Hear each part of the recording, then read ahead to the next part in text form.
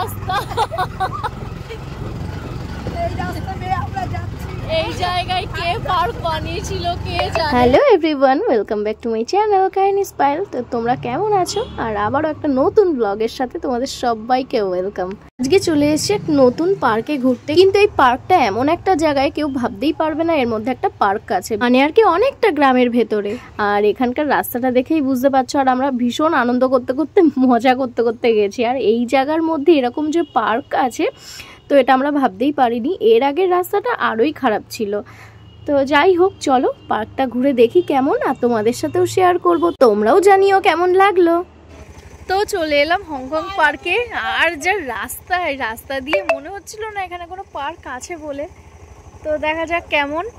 আর হঠাৎই ঠিক হলো ঘুরতে আসাটা, এখনো অনেক জায়গায় যাওয়ার বাকি, কিন্তু ফোনে বেশি চার্জ নেই। তো কি হবে, যতদূর পারবো তোমাদের দেখাবো। আর এসছি অনেকেই, মাম্মাম স্কুল থেকে আসার পরই আসলাম, আমি, মা, একটা মাসি, মেসো, দিদা, এসছি অটো করে। তো চলো দেখা যাক পার্কটা কেমন লাগে, তোমাদেরকেও দেখাবো। পার্কটাতে প্রথমে ঢুকেই যেটা ভালো লেগেছে, এত ফুলের গাছ, কি বলবো, মনটাই ভালো হয়ে গেছে। আর যেহেতু শীতের শুরুতে বিভিন্ন ফুল গাছ তখন লাগাচ্ছিল, গাঁদা ফুলের গাছ, আরও অনেক ফুলের নাম আমি জানি না, ডালিয়া ছিল, চন্দ্রমল্লিকা ছিল, প্রচুর ফুল তোমরা দেখতে পাবে।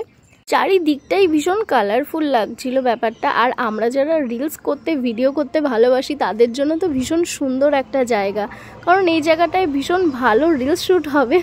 তবে আমি একা গেছিলাম, মানে আমার সাথে আমার বয়সী কেউ যায়নি, যার কারণে আমি ভালো করে রিলসও করতে পারিনি। তবে দু একটা করেছিলাম আর কি, তোমরা দেখেছিলে তো। আর এখানে দেখো বাচ্চাদের চড়ার জন্য বোর্ডও আছে।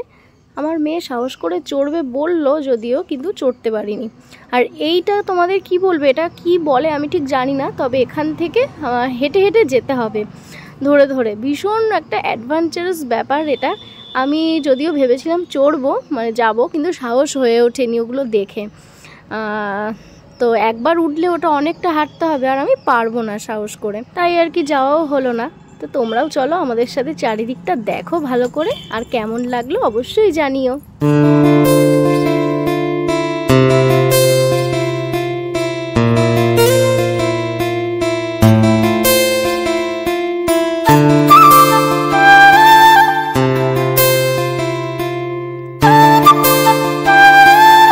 আর আমার মাম্মামের কোনো পার্কে ঘুরতে আসা মানে সেখানে স্লিপ নয় দোলনা তার লাগবেই লাগবে।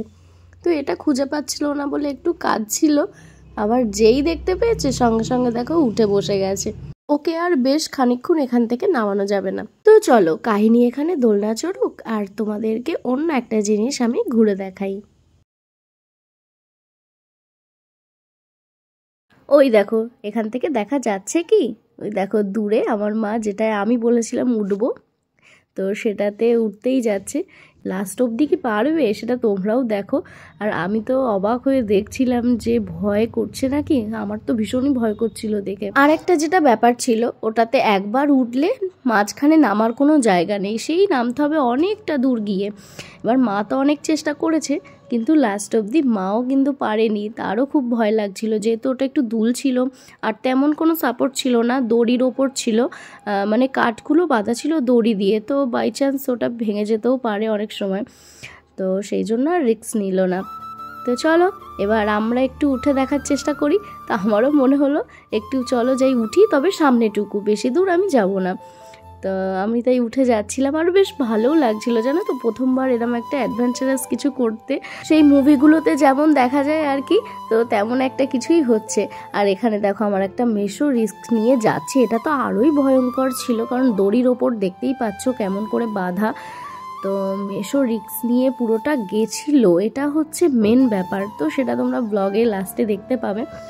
আর মাসি একদমই উঠিনি, সে নিচেই দাঁড়িয়েছিল। আর এখানে না বড় বড় দোলনা ছিল, নিচের দিকে তাকালে তোমরা দেখতে পাবে, কিন্তু ওটা চড়ার ভীষণই ইচ্ছা ছিল, আমার মেয়ের জন্য চড়তে পারিনি। ও ভাবছে মা হয়তো পুকুরে পড়ে যাবে। পুকুর বলতে যে এই জলের জায়গাটা, এটা ঠিক পুকুর না, এটা পরে করা হয়েছে।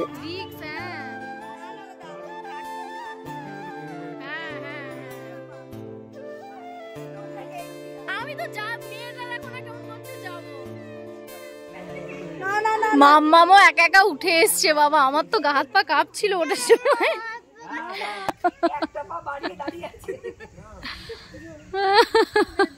এটা রিস্ক, ভীষণ রিস্কের, মানে এত। কিন্তু আমি ভাবছি এবার নামবো কি করে এখান থেকে। হ্যাঁ কোন সাইডে? বসে বসে ওখানে যাও, সব সাইডে নামার জায়গা আছে না? মেয়ে বাচ্চাকে নিয়ে এখান থেকেই তো নামতে হবে না?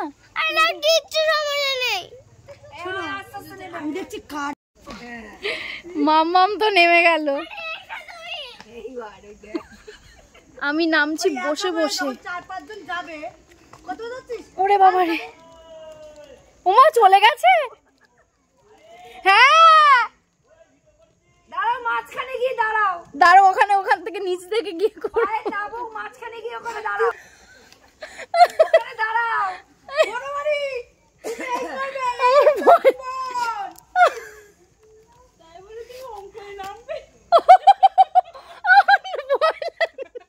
আর চলো এবার তোমাদের দেখাই যে মেশো কত দূর গেছে।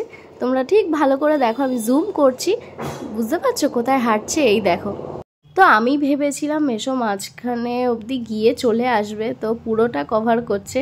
তো আর এখানে আসা মানে এই দিকে আসাও যাই, ওদিকে আসাও তাই। তো এতটা সাহস নিয়ে যে গেছে, এটাই বাহবা দেওয়ার মতো। আমার তো দেখেই ভয় লাগছিল।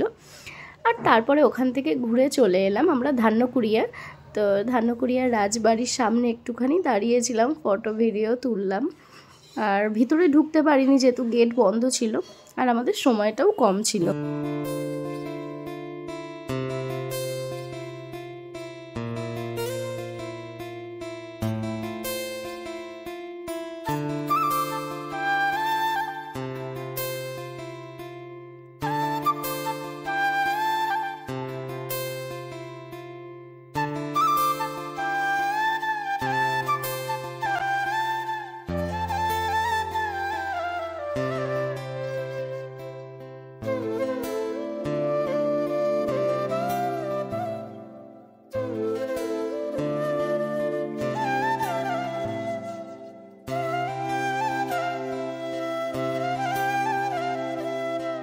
তারপরে চলে এলাম একেবারে বাবার কাছে, মানে লোকনাথ বাবার ধামে কচুয়াতে। আর ওখানে গিয়ে মনটা এতটাই শান্ত হয়ে গেছিলো, তোমাদেরকে বলে বোঝাতে পারবো না। কারণ সেই ছোটোবেলায় মেয়ের বয়সীতে গেছিলাম, আর এই তারপরে এলাম। যদিও বাড়ি থেকে বেশি দূর না, তবুও এতদিন পরে এলাম। তো বাবার ইচ্ছা না থাকলে তো আসা যায় না। আর বিশ্বাস করবে না, এতটা ভালো লাগছিল গিয়ে কি বলবো। তবে আগের মতোই আছে সব কিছু। আর এখানে লাইন দিয়ে বসে প্রসাদ খাওয়া হয়, আর এখানে টিকিটও আছে। আর ভীষণ ভিড় হয় এখানে। আগে দিত ওই পুরনো বিল্ডিংটায়, এখন দেয় এই নতুন বিল্ডিংটায়। তো আজকের দিনটা এইভাবে কাটবে সত্যি আশা করিনি, ভাবিনি সকাল থেকে। তো হঠাৎ যেহেতু ঠিক হয়েছে। আর দেখো কি সুন্দর দিনটা গেল। আর এখানে দেখো সবাই খেলা করছিল। আর এবার চা খেতে হবে, চলো। আর এই যে এটা হচ্ছে দুধ পুকুর, কচুয়ার দুধ পুকুর। তো এটাও তোমাদের সাথে শেয়ার করলাম। এখানে সবাই স্নান করে আর তারপরে বাবার মাথায় জল ঢালে।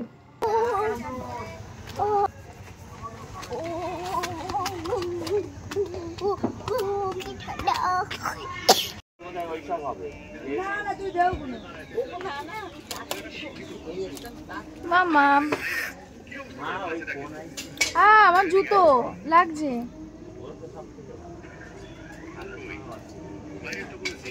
তো আমরা একটু চা খাচ্ছি, এরপরে যাওয়া হবে বাড়ি। না বাড়ি যাব, তার মধ্যে একটা প্ল্যান হলো রাতে খাওয়া দাওয়া করার। তো দেখা যাক কি হয়।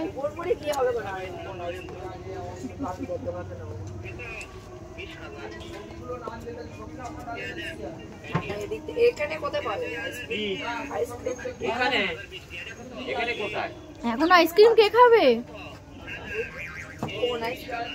আরে ওখানে হোটেলে পাওয়া যাবে, সোনা হোটেল। হ্যাঁ আইসক্রিম পাওয়া যাবে, সব পাওয়া যায়। এমন হংকং পার্কে গিয়ে এমন ওটা উঠেছি, পুরো পা যন্ত্রণা করছে। আমি বসতে পারছি না, বসলে উঠতে পারছি না, ধরে ধরে তুলতে হচ্ছে আমাকে। ওই হংকং পার্কে গিয়ে উঠেছি, ওইটাতেই পা ব্যথা হয়েছে। আমার বিশ্বাস করবে না, পা পুরো তুমি টেনে তুলছে না, আমার এখানে পা মনে ফেটে যাচ্ছে, এত যন্ত্রণা হচ্ছে। ও উঠলো তো, হ্যাঁ যদি যেতাম তাহলে একটু সাহস পেতাম।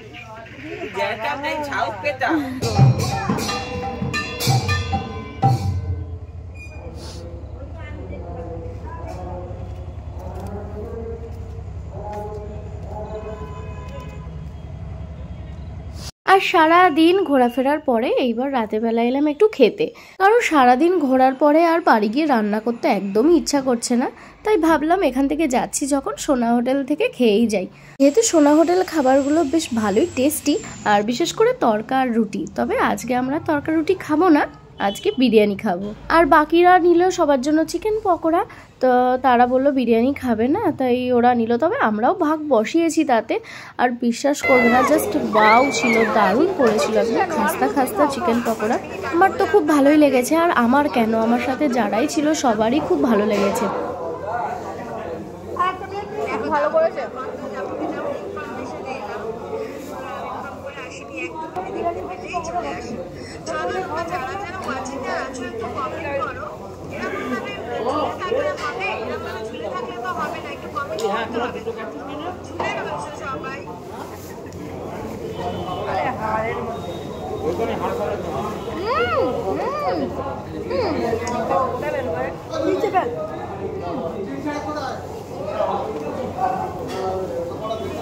হেভি করেছে।